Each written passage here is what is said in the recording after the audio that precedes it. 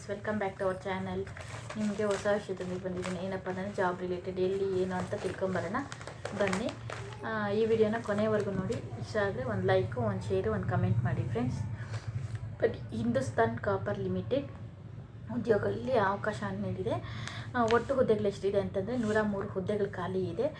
ಎಲ್ಲ ಅಪ್ಲಿಕೇಶನ್ ಹಾಕಬೇಕಂದ್ರೆ ನಿಮ್ಮ ಹತ್ತಿರದ ಆನ್ಲೈನ್ ಸೆಂಟರ್ಗಳಲ್ಲಿ ಹೋಗಿ ಆನ್ಲೈನ್ ಮೂಲಕ ಅಥವಾ ವೆಬ್ಸೈಟ್ಗಳ ಮೂಲಕ ಅಪ್ಲಿಕೇಶನ್ನ ಹಾಕಬಹುದಾಗುತ್ತೆ.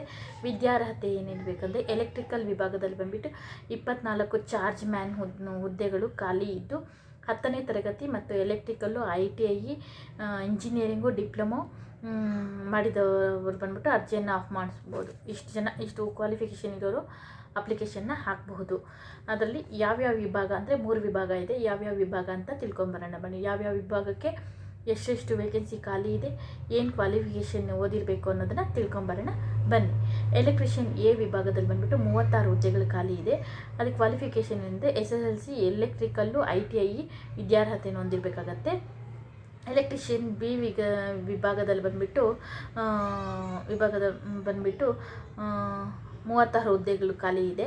ಅದಕ್ಕೂ ಅಷ್ಟೇ SSLC, ಎಲೆಕ್ಟ್ರಿಕಲ್ಲು, ITI ಶಿಕ್ಷಣವನ್ನು ಪಡೆದಿರಬೇಕಾಗತ್ತೆ. WED ಬಿನಲ್ಲಿ ಬಂದುಬಿಟ್ಟು ವಿಭಾಗದಲ್ಲಿ ಬಂದುಬಿಟ್ಟು 7 ಹುದ್ದೆಗಳು ಖಾಲಿ ಇದೆ.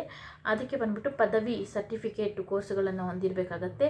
ಮತ್ತು SSLC, diploma, ITI, BSc, BCom, BBA ಅವರು ಅಪ್ಲಿಕೇಶನ್ನ ಹಾಕ್ಬೋದಾಗತ್ತೆ. ಏಜ್ ಲಿಮಿಟ್ ಎಷ್ಟಪ್ಪ ಅಂತಂದರೆ 40 ವರ್ಷ ಆಗಿರಬೇಕು.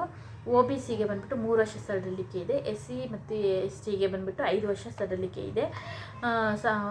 ಅರ್ಜಿ ಶುಲ್ಕ ಎಷ್ಟಪ್ಪ ಅಂತಂದರೆ OBC ಮತ್ತು EWS ಅಭ್ಯರ್ಥಿಗಳಿಗೆ ಬಂದುಬಿಟ್ಟು 500 ರೂಪಾಯಿ.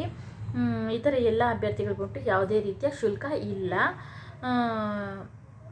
ಮತ್ತು ಆಯ್ಕೆ ವಿಧಾನ ಹೇಗಿರುತ್ತಂತಂದರೆ ಲಿಖಿತ ಪರೀಕ್ಷೆ ಮತ್ತು trade test, writing test, eligibility test ಹಾಗೂ ಸಂದರ್ಶನದ ಮೂಲಕ ಆಯ್ಕೆಯನ್ನು ಮಾಡ್ಕೊತಾರೆ.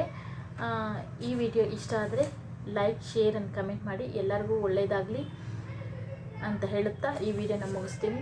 Thank you. ನೆಕ್ಸ್ಟ್ ವಿಡಿಯೋದಲ್ಲಿ ಸಿಗ್ತೀನಿ. Thank you for watching. Take care. Bye bye.